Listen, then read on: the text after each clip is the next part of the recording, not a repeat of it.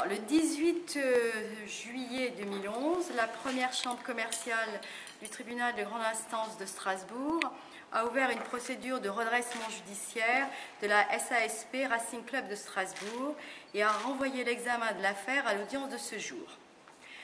Le tribunal a entendu en chambre du conseil les organes de la procédure, monsieur le procureur, le représentant du personnel et les repreneurs. Les difficultés juridiques, capitalistiques et sportives du RCS ont provoqué un état de cessation des paiements qui n'est ni contesté ni contestable. À l'issue de la période d'observation, force est de constater qu'aucun plan de redressement par voie d'appurement du passif n'est envisageable en raison de l'importance du passif par rapport à l'actif, de l'absence totale de trésorerie, de l'impossibilité de financer la poursuite d'activité et de l'absence d'accord entre les associés et les créanciers.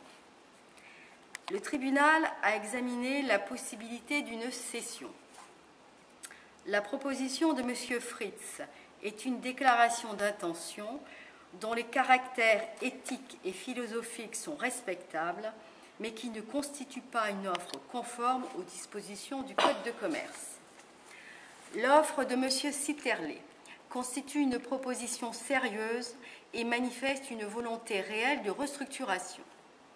Cependant, la cession du RCS doit être examinée au regard du droit des procédures collectives et du droit du sport, notamment l'article 234 du règlement de la Fédération française de football.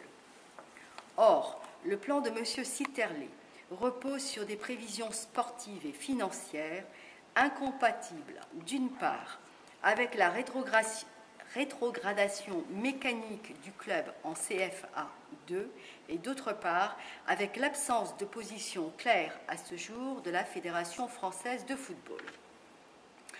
Le projet de cession en l'état ne permet pas de pérenniser la société.